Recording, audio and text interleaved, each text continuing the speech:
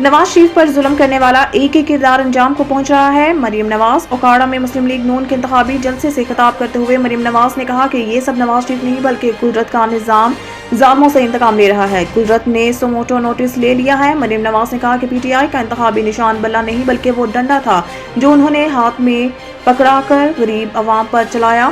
اسی ڈنڈے سے فوجی تنصیبات پر حملے کیے گئے، لہٰذا ایک دہشت گرد جماعت کو سیاسی جماعت کا نشان نہیں مل سکتا۔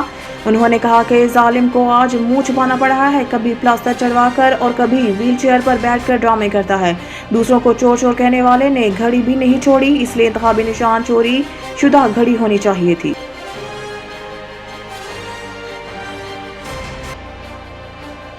الیکشن کمیشن نے سینیٹ کی قرارداد پر الیکشن ملتوی کرنے سے انکار کر دیا۔ الیکشن کمیشن نے ملک میں 8 فروری کو شیڈولڈ انتخابات ملتوی کرانے سے متعلق سینیٹ کی منظور کردہ قرارداد پر سینیٹ سیکریٹریٹ کو مراسلہ بھیج دیا۔ الیکشن کمیشن نے مراسلے میں کہا ہے کہ آپ کی قرارداد کا جائزہ لیا۔ الیکشن کمیشن نے صدر مملکت کی مشاورت سے 8 فروری کو پولنگ کی تاریخ کا اعلان کیا۔ الیکشن کمیشن کے مراسلے میں مزید کہا گیا کہ امن و امان کے لیے نگران حکومتوں کو ہدایات جاری کی ہیں۔ سپریم کورٹ میں اس عزم کا اظہار کیا کہ 8 فروری کو انتخابات منعقد کروائیں گے، جبکہ ماضی میں عام انتخابات اور مقامی حکومتوں کے انتخابات سردیوں میں ہوئے ہیں، لہٰذا اس مرحلے پر الیکشن ملتوی کرنا مناسب مشورہ نہیں اور اس وقت عام انتخابات 2024 کو ملتوی نہیں کیا جا سکتا۔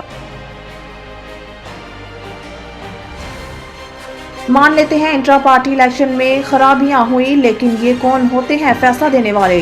لطیف کھوسہ سے پوچھا گیا کوئی ایک وجہ یا پوائنٹ بتا دیں جس کو لے کر چیف جسٹس قاضی فائز عیسیٰ بلے کا نشان دیتے۔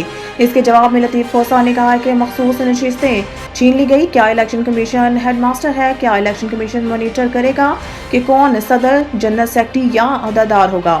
اس سوال پر کہ آپ کی جماعت بھی تو ثبوت دے دیتی کوئی کہ درست انتخابات ہوئے۔ لطیف کھوسہ بولے مان لیتے ہیں انٹرا پارٹی انتخابات میں خرابیاں ہوئی، لیکن یہ کون ہوتے ہیں فیصلہ دینے والے؟ پیپلز پارٹی میں ایسے ہی انتخابات ہوئے اور بلاول چیئرمین آیا تھا۔ پیپلز پارٹی اور نون لیگ بھی ایسے ہی انتخابات کرواتی رہی ہے۔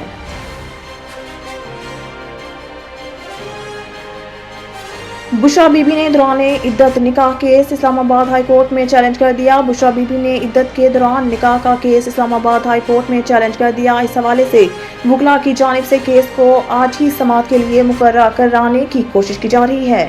بشریٰ بی بی کی جانب سے دائر کی گئی درخواست میں استدعا کی گئی ہے کہ ایڈیشنل سیشن جج ایسٹ کا 11 جنوری کا فیصلہ کالعدم کرا دیا جائے۔ بشریٰ بی بی اور ان کے قانونی شوہر کے خلاف درخواست بدنیتی پر مبنی ہے۔